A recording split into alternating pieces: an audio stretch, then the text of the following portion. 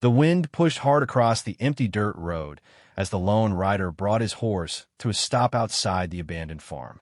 The gate hung crooked, pulled down by years of storm and neglect. Crows lined the fence post like jurors waiting on judgment.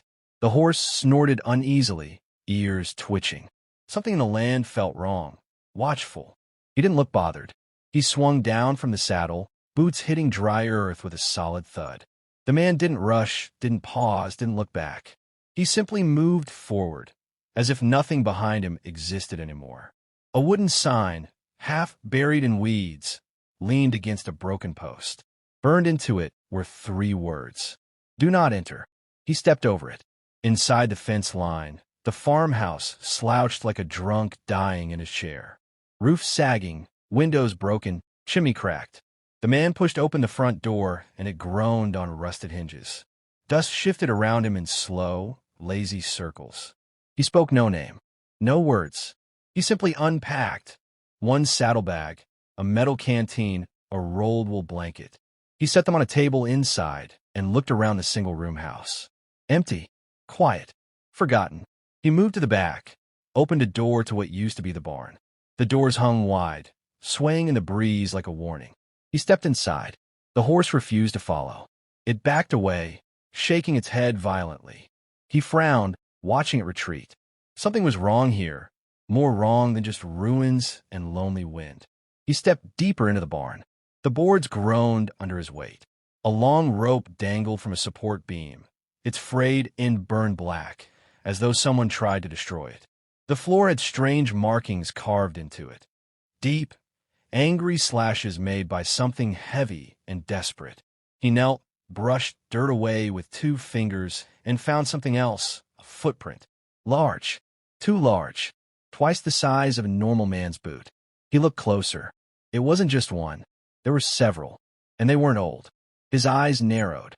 He stood and turned, but the barn door slammed shut with a violent crash. His hand went to the revolver at his hip. The sound of wood scraping. A heavy thud behind him. Another in front. They were not alone. From the far corner of the barn, something moved. A shape. Tall. Broad. Silent. Then another on the rafters above. A third blocking the doors. He didn't move.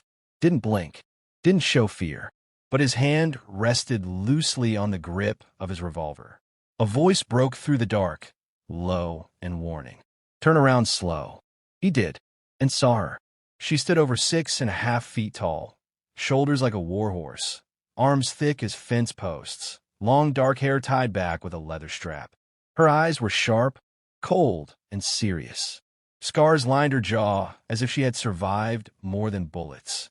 Behind her, 2 others stepped forward, one pale and silent, the other with hair the color of open flame and eyes burning with fury. 3 women. Giant women. Not by magic. Not by myth. By muscle. By survival. Warrior built. They didn't hold guns. They didn't need to. The tallest one spoke again. "We asked you to turn around, stranger. Not to touch your gun." His hand slid away from the revolver. Slowly, open-palmed. "Didn't hear anyone ask," he said. Her stare hardened. "You ain't deaf. You just don't listen." He shrugged slightly. "Depends who's talking." The red-haired one stepped closer. She was missing part of her left ear, torn away by something vicious. "You're trespassing." "I bought this land," he said. The pale one, a calm, silent giant, stepped forward and tossed a folded paper at his feet. He picked it up. It was his land deed, stamped yesterday in Dust Haven. So they'd already been in his house. He looked up again. The first woman, clearly their leader, folded her arms. "Your money don't buy this land." "Bought it anyway." "No," she said, voice rough with iron. "You didn't." He met her eyes, unflinching. "Then who did?" The wind blew through the cracks in the barn, whistling a lonely cry. Dust swirled between them like ghosts. "We live here," she said. "Always have.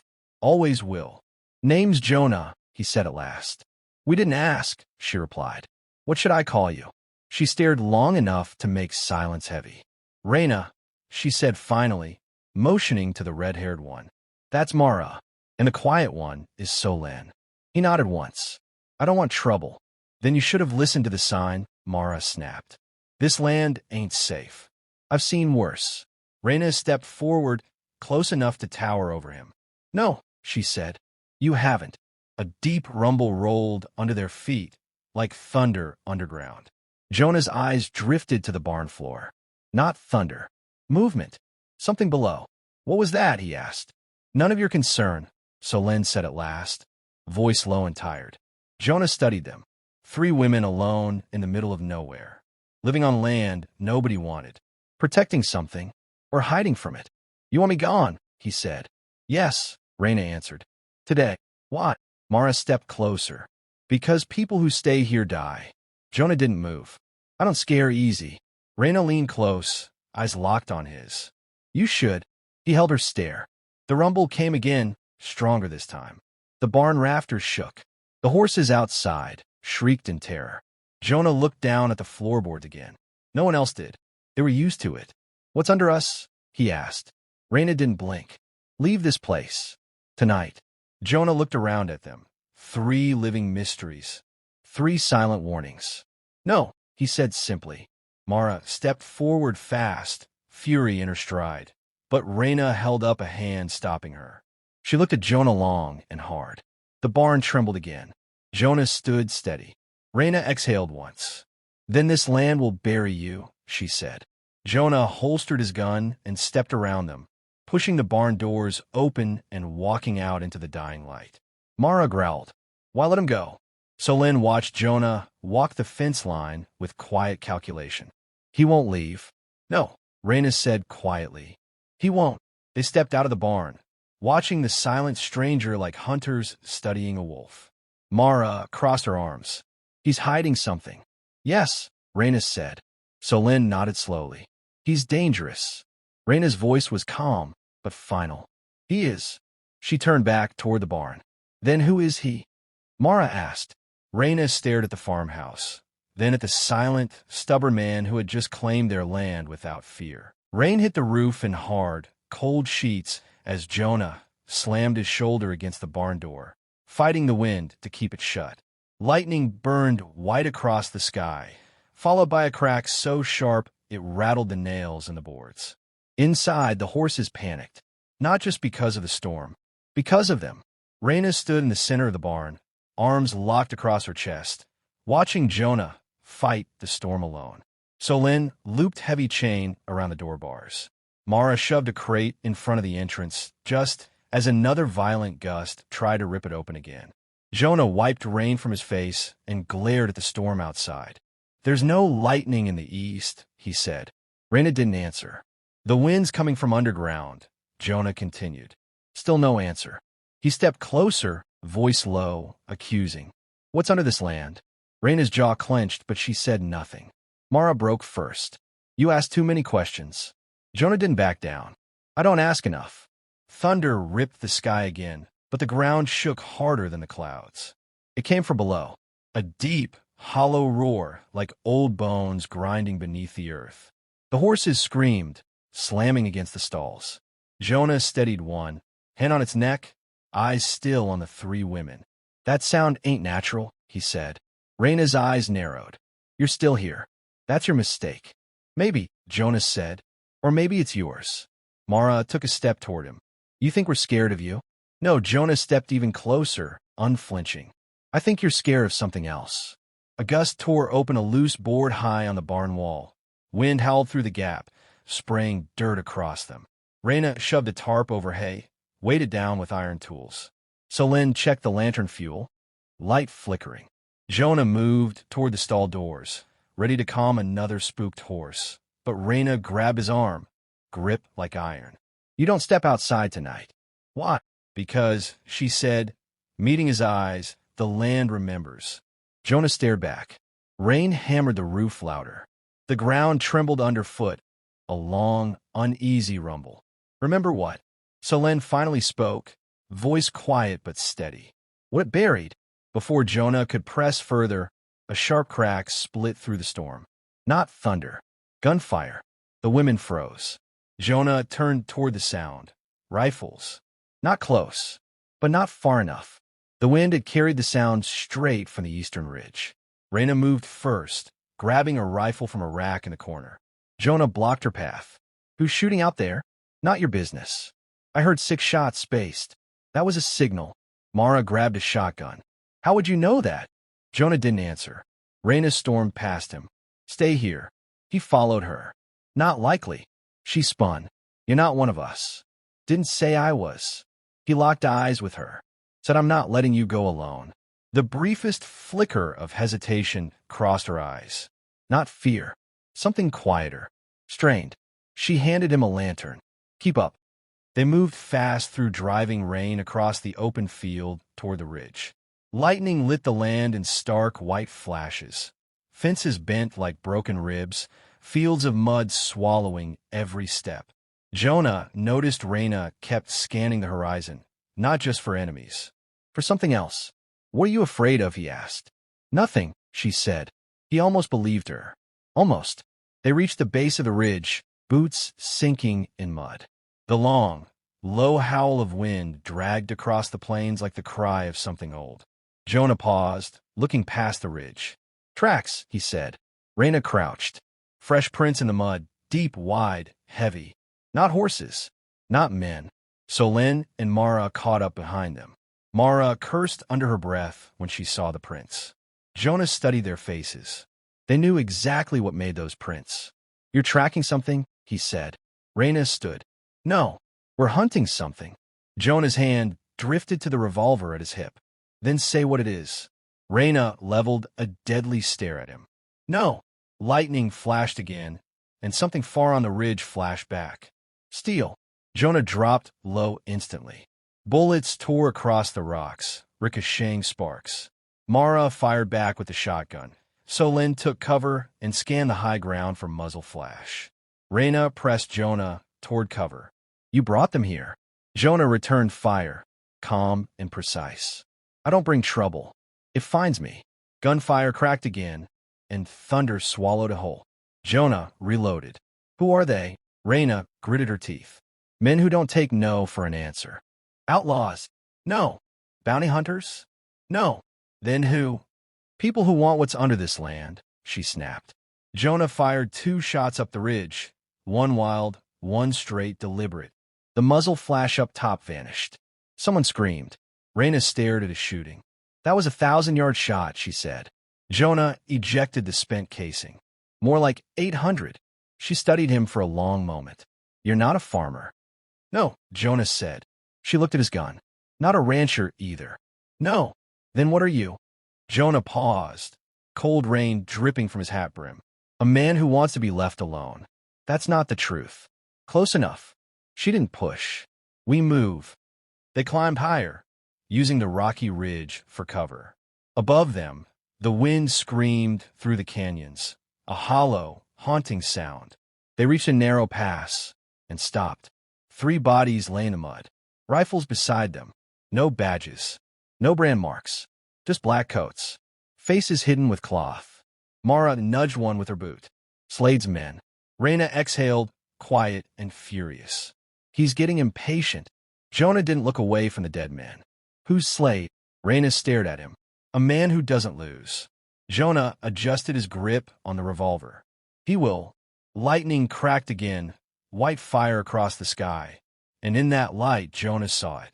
To the west, carved into the canyon wall, faded by rain and wind. Symbols. Deep, ancient, not ranch brands, not outlaw markings. Something else. Jonah stepped toward it slowly. Raina grabbed his coat and yanked him back. Don't touch it. What is that? She didn't look at him when she spoke. It's a warning. Thunder rumbled deep beneath the ground again, like something behind the rock was breathing. Jonah turned to her. Tell me the truth. Raina's eyes were haunted, just for a second. We can't leave this land, she said. Jonah frowned. Why not? She looked down the ridge.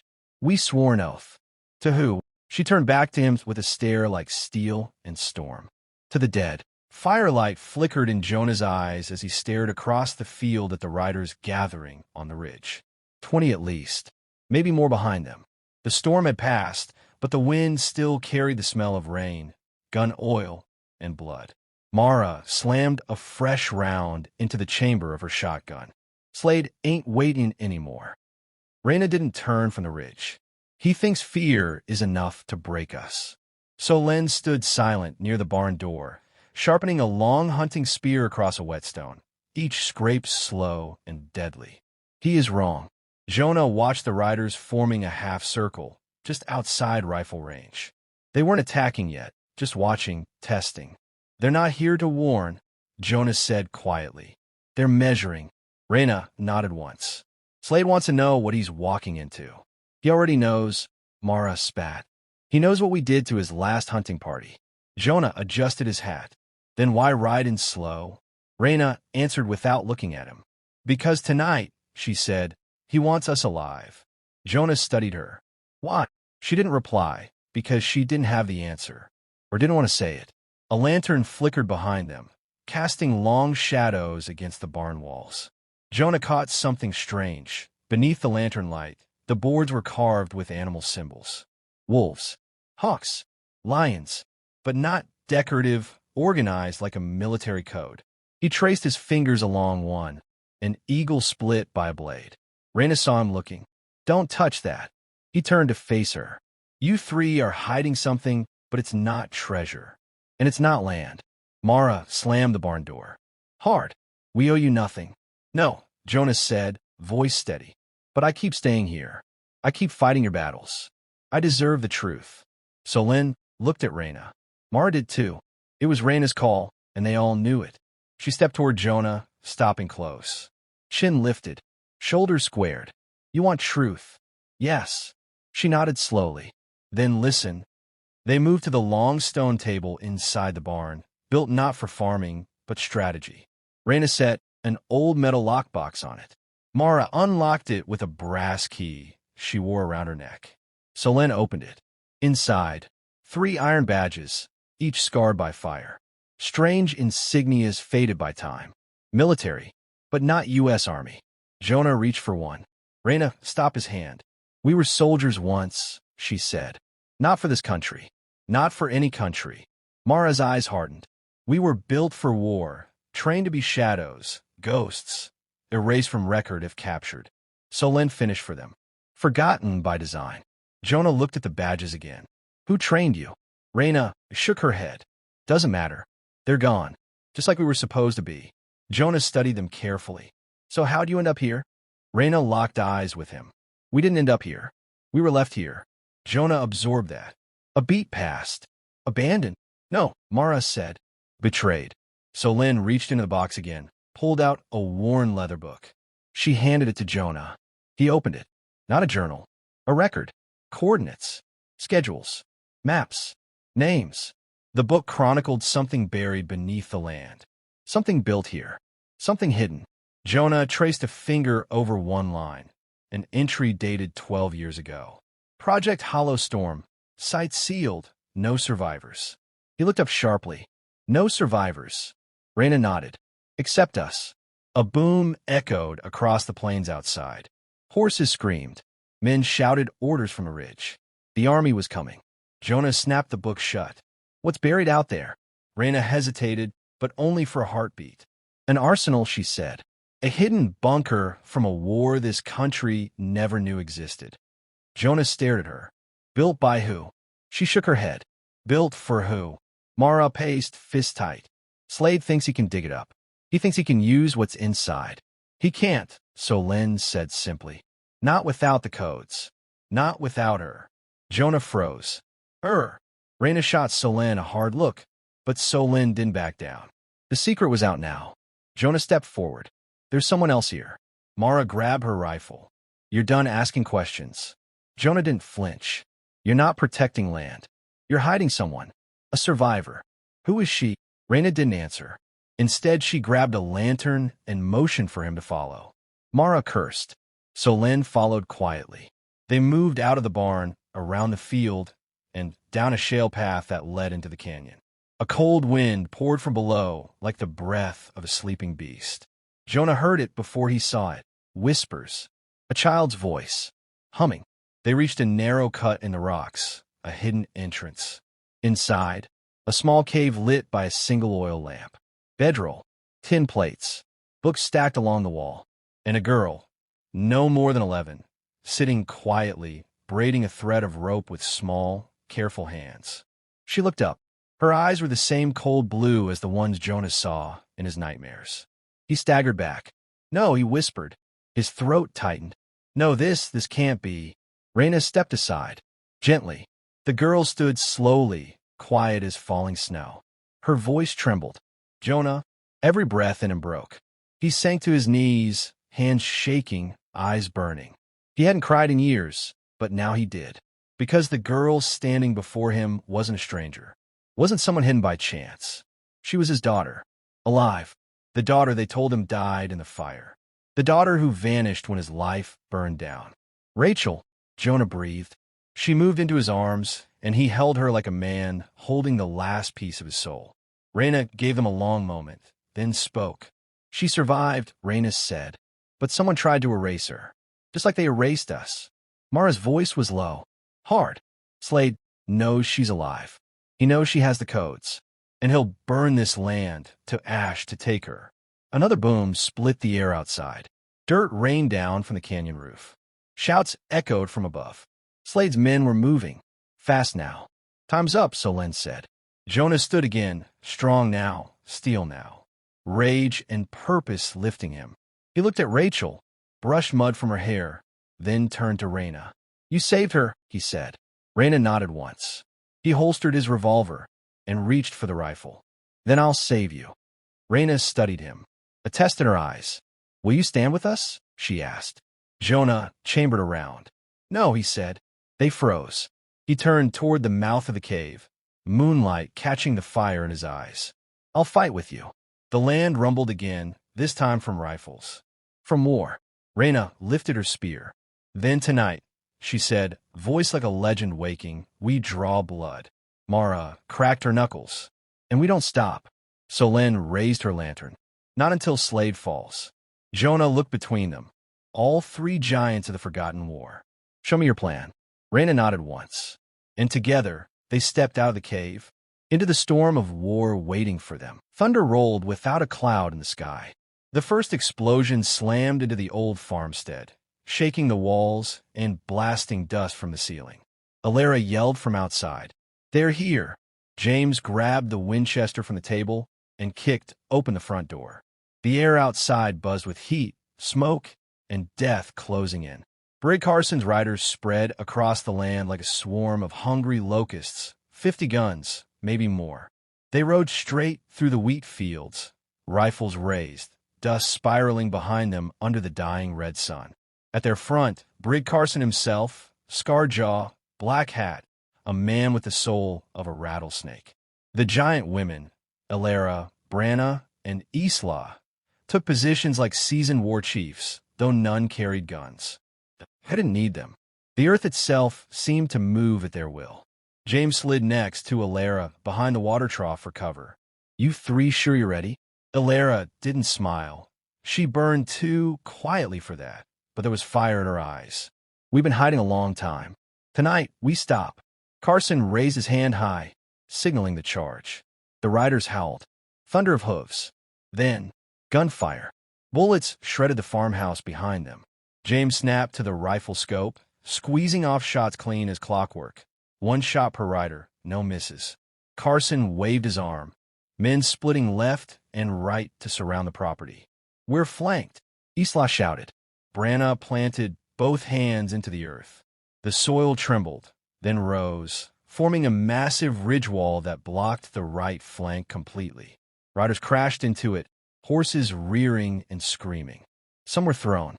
Others didn't get up. Alara swept forward, eyes blazing, lifting her palm. Wind tore across the fields like a coming storm, uprooting riders and slamming them into the dirt. Still, they kept coming. The Black Iron Gang didn't believe in mercy, only money and blood. James fired again, another rider down, but the firing pin stuck. Jammed. He cursed and ducked. Carson rode forward alone, smiling like a wolf that already tasted meat. "I know who you are," he called across the field. James froze. Alara glanced at him. What is he talking about? Carson's voice carried, cold as a coffin nail. "James Ward?"